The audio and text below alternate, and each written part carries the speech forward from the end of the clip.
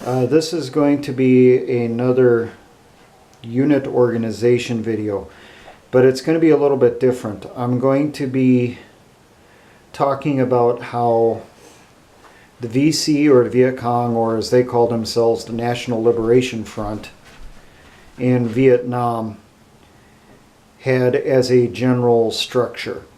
I'm not talking the individual units, I'm talking levels of units. You had 3 levels. You had your local forces,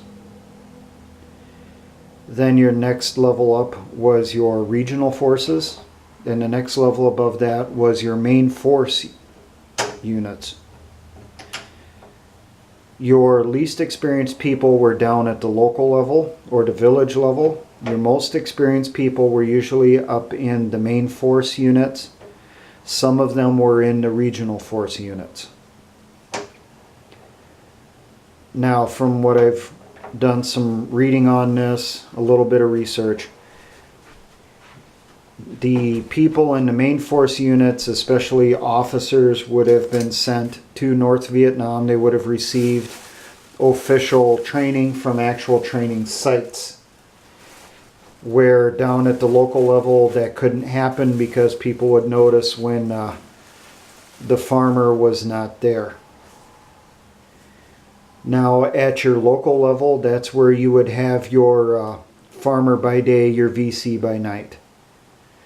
They would be out in the open with their family during the daytime, but then at nighttime, when operations were going to be conducted, they would leave their family, meet up with their unit, and then go conduct their operations.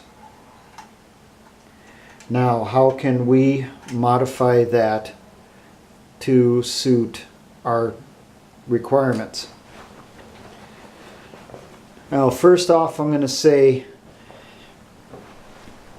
the ability of us to do the farmer or factory worker by day and guerrilla soldier by night is going to be pretty low, because the police state that's been established, I got a feeling they already know who all of us are, either as confirmed or suspected, because they'll go off of social media, they'll go off of your phone calls. Yes, they monitor every single phone call.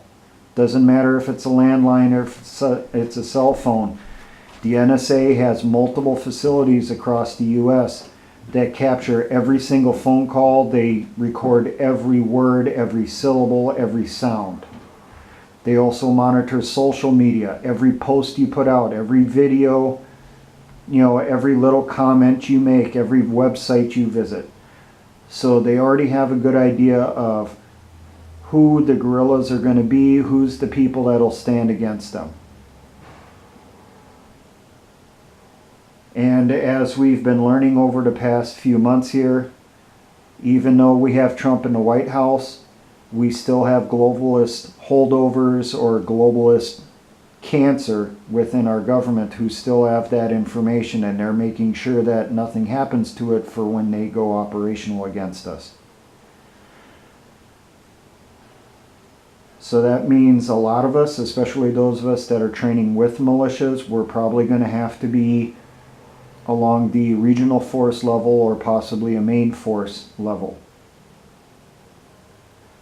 Now, our local, when we go off the VC model, they would operate in the towns, in the cities. This is our simulated state here. These green lines are county lines. And these are just a few communities. That's a large city, that's a large city, these are small ones. So your local levels would be inside the cities. Now, my recommendation is that we do most of our fighting outside the cities, not in the cities. But I do accept that there will be some operations that will be conducted in the cities. Subversive type operations, sabotage of enemy equipment, blowing up pieces of equipment or setting it on fire, possibly assassinations of enemy officers or troops that have committed atrocities. It's been confirmed that that particular person committed an atrocity. and a death sentence was handed down for them, and they're to be killed in public or at the first available opportunity. Think along the lines for that, like Reinhard Heydrich when he was assassinated during World War II. So then next level up, well, I'll mention this. The units that are in cities, they're primarily there for intel reasons, to gather information, to get it out to the units that are out in the field outside of towns. You could have units that would be classified as local that don't necessarily operate in the town, but they operate in the town out in the country, say in that particular county. We could call that a local element or local unit. Our next level unit, the regional forces. Now in Vietnam, the regional force would operate across an entire province. Or for us, an equivalent would be the entire state. Another option could be for us, for regional units, they maybe would operate in, say, a certain number of counties. Let's say that we have one regional unit that's operating in these 4 counties here. We have another regional unit that operates in this county here.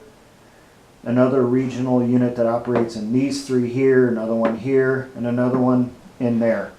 Obviously, if there's a larger city in that area, the regional units would be concentrating more in the immediate vicinity of that large city. Now our main force units. In Vietnam, the main force units operated countrywide. They would go from province to province wherever they were needed for a particular operation. Say there was going to be a major attack against Da Nang Air Base, well, they would bring in 1 or 2 main force units, pull them in from neighboring provinces or wherever they were at, and have them participate in the attack if they had the capabilities needed for that attack. Now for us, the main force unit would probably work across the entire state, or may work in this state and the next one over. They would go back and forth wherever they were needed. But that's how we could, in theory, adapt at least part of a Viet Cong structure for how we operate. I will post this under militia unit organizations.